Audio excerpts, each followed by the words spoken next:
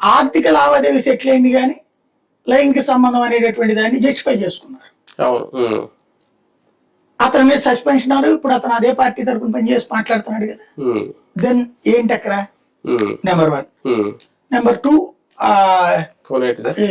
ఆది మూలం వదిలేసేయండి. ఆది మూలం అమ్మాయి బయటకు వచ్చింది, అది కూడా ఆర్థిక సెటిల్మెంట్. కాబట్టి ఈ పార్టీని సస్పెండ్ అనే చేశారు.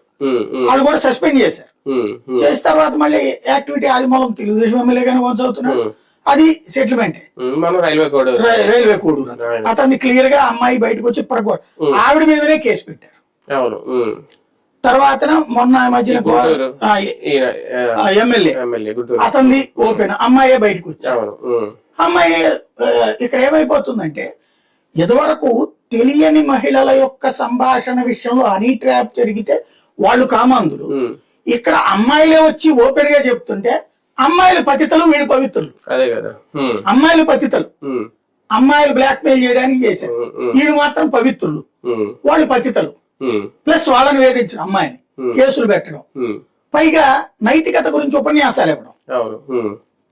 అనైతిక చర్యలని సమర్థించిన వాళ్ళు ఇప్పుడు నైతికత గురించి ఉపన్యాసాలు ఇస్తున్నారు. ఇప్పుడు అది వాళ్ళ వ్యక్తిగత జీవితంలో వాడు ఎవరితో ఉంటాడో, వాడి సావేదో వాడు చేస్తాడు. ఆ అమ్మాయి కంప్లైంట్ ఇచ్చినప్పుడు it should be a crime.